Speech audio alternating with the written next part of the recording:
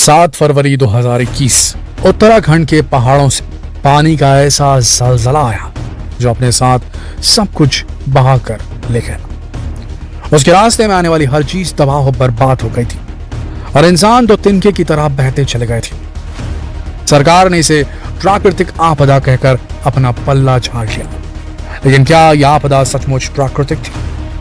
कहीं आपदा इंसानों के द्वारा बनाई गई तो नहीं थी? आखिर इतनी कड़कड़ाती ठंड के बावजूद ग्लेशियर कैसे टूट गया, और क्यों जिस जगह को प्रकृति ने स्वर्ग की तरह सजाया था आज वही प्रकृति के क्रोध का शिकार हो रहा है?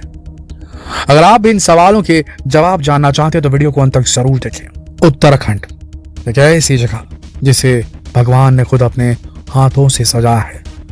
ऊंचे ऊंचे पहाड़, खूबसूरत वादियां, कल कल करते झरने और पहाड़ों से उतरती खूबसूरत नदियां, एकदम स्वर्ग की तरह।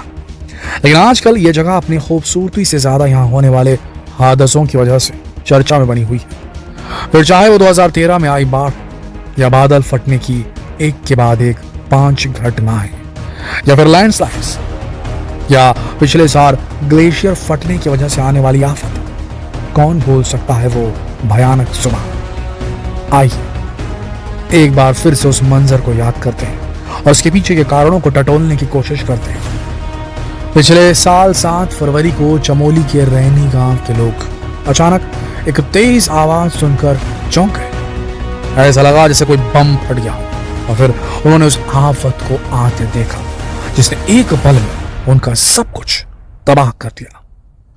पहाड़ों की चोटी से ऋषिगंगा नदी धूल और मिट्टी का कहर लेकर तेजी से नीचे आ रही थी। जोशीमठ मलारी हाईवे पर बनाया गया ब्रिज, इस बॉर्डर से होकर ही हमारी सेना तिब्बत बॉर्डर पहुंच पाती थी। इसके बाद ऋषिगंगा अपने पूरे वेग के साथ धौली गंगा से मिल गई और पानी ने अब और ज्यादा रौद्र रूप ले लिया। पानी तेजी से अपने रास्ते में आने वाली हर रुकावट को नस्तनाबूद करते हुए तपोवन तक पहुंच गया। तपोवन में एनटीपीसी के 520 मेगावाट के तपोवन विष्णुगढ़ प्रोजेक्ट में कई मजदूर भी काम कर रहे थे। वो अपने ऊपर मंडरा रहे खतरे से पूरी तरह अनजान थे। कई मजदूर तो सुरंग के अंदर ही थे। पानी की तेज बहाव ने उन्हें वहां से निकलने का भी मौका नहीं दिया। इस घटना में 200 से ज्यादा लोग मारे गए थे, जिसमें से 150 से ज्यादा वो वर्कर थे जो उस वक्त वहां काम कर रहे थे। दोस्तों, इस घटना के बाद क्या हुआ ये तो आप जानते होंगे, लेकिन यह बाढ़ आखिर आई कैसे, ये जानना भी हम सब के लिए बेहद जरूरी है।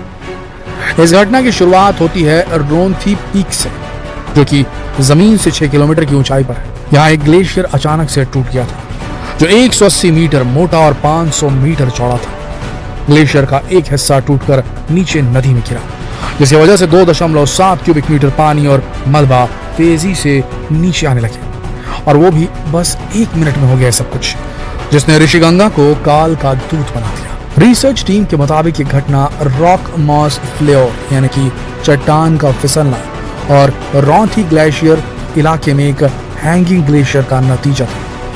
हैंगिंग ग्लेशियर ऐसा ग्लेशियर होता है जो एक चट्टान के बीच में रुक जाता है। घटना का बेस 2 चोटियां रोठी और मुर्गथुनी के पास था। शायद पहाड़ की चोटी किसी प्राकृतिक आपदा के कारण नीचे ग्लेशियर पर गिरी, जो कि समुद्र तल से करीब 5600 मीटर की ऊंचाई पर था। इससे ग्लेशियर के टुकड़े टुकड़े हो गए और चट्टान के मलबे के साथ मिल गए। इसके बाद चट्टान और बर्फ का वो मिश्रण 37 डिग्री वाली तेज ढलान से 3 किलोमीटर तक नीचे आता रहा और फिर करीब 3600 मीटर की ऊंचाई पर रोंथी गधेरा धारा से टकराया। बाढ़ से 3 दिन पहले तक मौसम साफ था।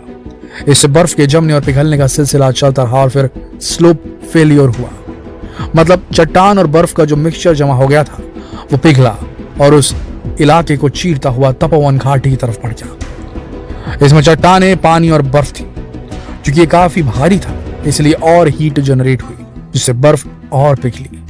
सैलाब का आकार बढ़ता चला गया, लेकिन अभी भी एक सवाल का जवाब जानना बाकी था कि आखिर पहाड़ की चोटी टूटी तो टूटी कैसे?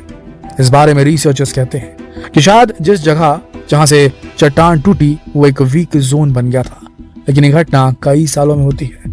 यह अचानक होने वाली घटना नहीं है। जैसे बादल फटना, यह 2013 केदारनाथ त्रासदी के समय हुआ था। इस घटना को होने में कई दशक लगते हैं, लेकिन अब ये जरूरी हो गया है कि देश के सभी ग्लेशियर्स की लगातार मॉनिटरिंग की जाए। क्योंकि आजकल ग्लेशियर्स काफी तेजी से पिघल रहे हैं, जिसकी वजह से नदियों और समुद्र का जलस्तर बढ़ रहा है। लेकिन इससे भी बड़ी चिंता का विषय है उत्तराखंड में गंगा नदी पर बन रहे डैम्स, बांध।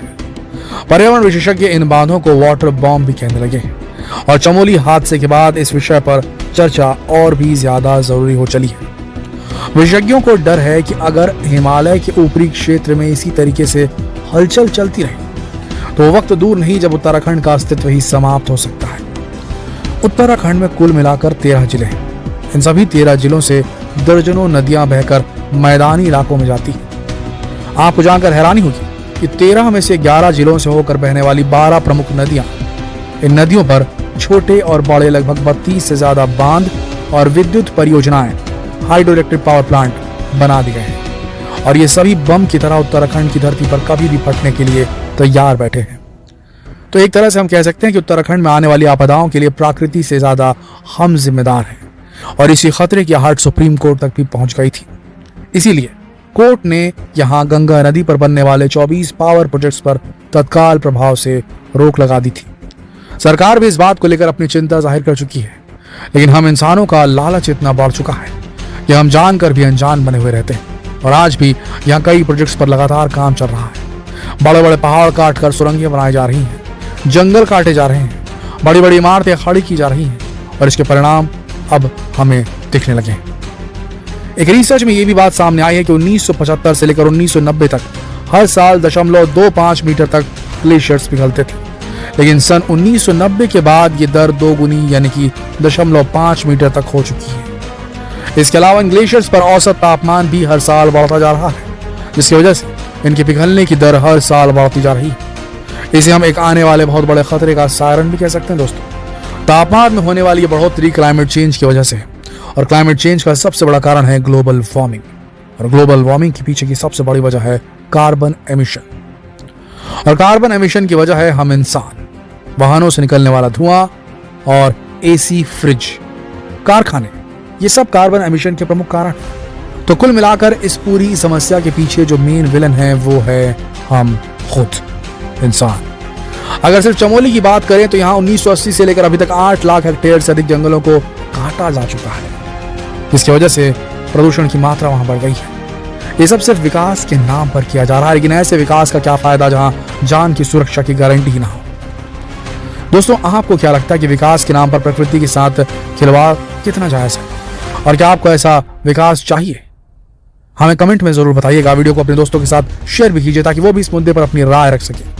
दोस्तों, ये हमारी धरती है और उत्तराखंड को तो देवभूमि कहा जाता है। ऐसे में क्या इस देवभूमि को सुरक्षित रखना हम सबकी जिम्मेदारी नहीं? हमें अपनी राय जरूर कमेंट बॉक्स में लिखें। वीडियो को लाइक और सब्सक्राइब करना ना भूलें ताकि हमारे अगले वीडियो की नोटिफिकेशन आपको सबसे पहले मिल सके। कल फिर मिलते हैं एक और दिलचस्प वीडियो में। तब तक के लिए आप सबका इस वीडियो के अंत तक बने रहने के लिए दिल से धन्यवाद।